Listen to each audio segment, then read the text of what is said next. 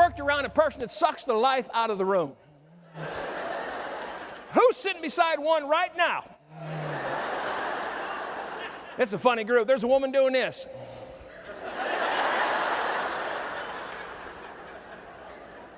Well, there was two ways to make it.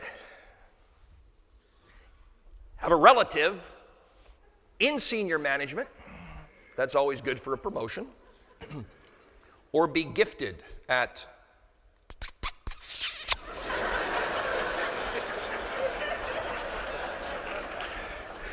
I had no relatives.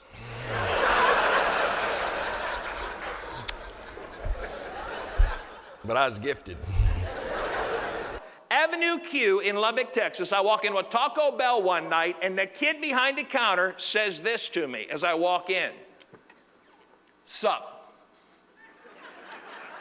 I said, what's up? He said, you need something.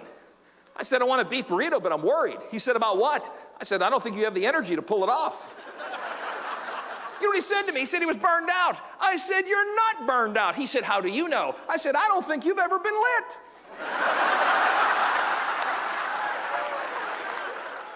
12-year-olds with me in Pasadena, Texas. I'm speaking in front of about 4,000 teachers, and I said this. I said, Alex, do me a favor. Sit down front. Don't say anything. He says, okay, Poppy. He's sitting down front. Now, I always ask this, and since you're all in leadership, I'll just ask this. I said, define leadership in one word.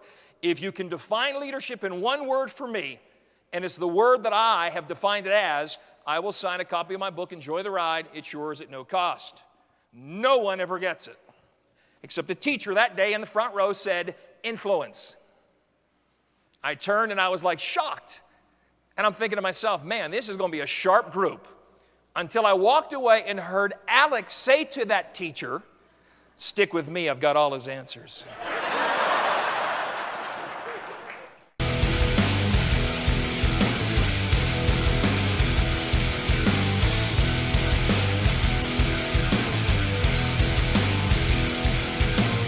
Purpose is the drive. Passion's the fuel.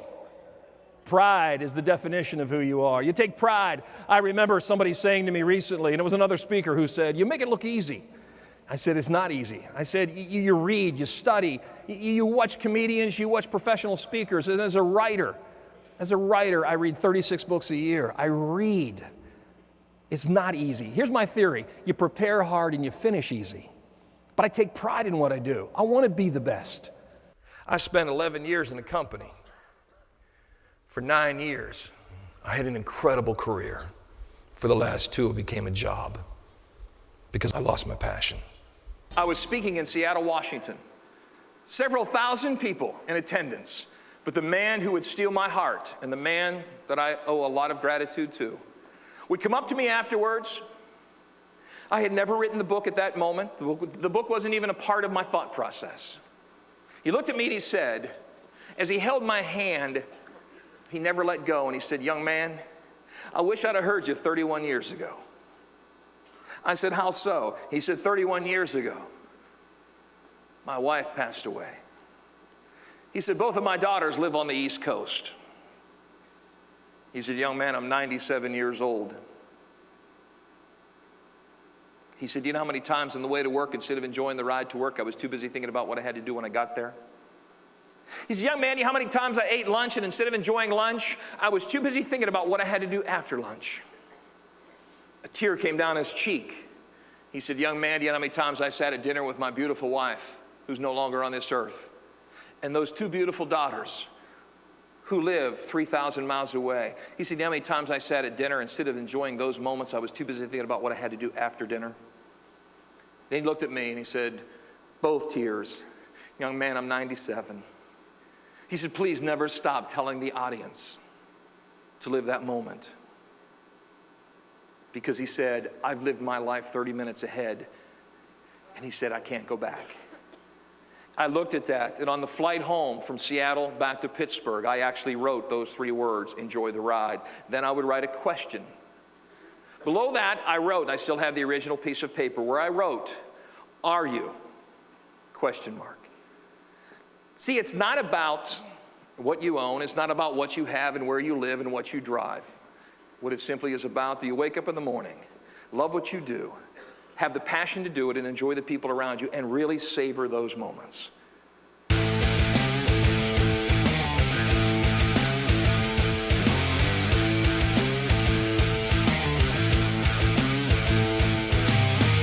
By the fifth hole, his phone rang. You'll love this one. Old guy digging for his phone. He doesn't even know how to answer the phone. I said, flip it open. He's going like it. I said, flip it. Yeah. Hey, cutie pie. Yeah, cutie pie. He said, yeah, how about Friday night? Yeah, 7 o'clock. Yeah, we'll go eat first, and then we'll go for groceries. Never good to go for groceries before you eat. You never want to be hungry. You buy too much. Yeah. I'll see you Friday night. This guy's old, right? We get up to the 7th hole, his phone rang again. Hello. Yeah. No, sugar. Friday is not a good night. I walked up to this guy, I said, how old are you? I'm 82. I said, you got more action at 82 than I got in being single for 14 years in 2 holes of golf. I said, what's your secret? He kind of grinned. He said, I'll tell you the secret, man. He said, that's why you should get your hiney out of that cart. He said, keep yourself looking good like me. He said, because when you become 82 and you still have your driver's license permitted to drive at night, you are one popular male. I went to leave the plane and she says to me, Mr. Gilliland. I said, yes, ma'am. She said, I think you need a hug. Of course, I was single. So we hugged for about 6 minutes. And then I put my shirt back on. I just like hugging without my shirt. Said, I hired a speaker last year, Armani, Gucci, Rolex, perfect hair, perfect kids, perfect wife. He was perfect. He said, my guys hated him. He said, they're going to like you. I said, how do you know they like me? You screwed up half your life. My men can relate to you. Every day you wake up, you can make a difference. Here's my question as I end this, and it's this. If I were to go back to your organization, and I were to say to the entire group of people that work there, what 5 people have made the biggest difference in your life? Let me ask you a question. How many of you would be on their list? Make sure every day you wake up that you make someone's list. And if Margaret were here, she would say it this way. It's about being driven by a purpose and fueled by a passion defined by pride. But the gift she would close you with is the gift I'll close you with. It's not how you start this life, and it's not how you finish this life. The true joy of life always has been and always will be in the trip. Make a difference and enjoy the ride. God bless. Thank you so much.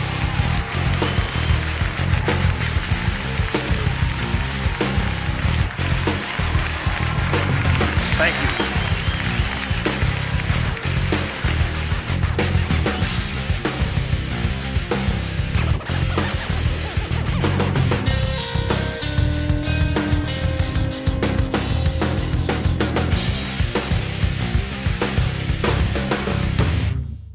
When the moderator announced that Steve was coming back up to the stage to speak again, I looked down the row.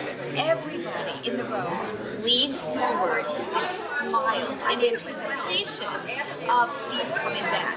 He has that power to command the audience and make them want him to be there. That's his special power. From his first story, we were really captivated, and the neat part was how he was able to weave real-life stories into practical applications that we could take away.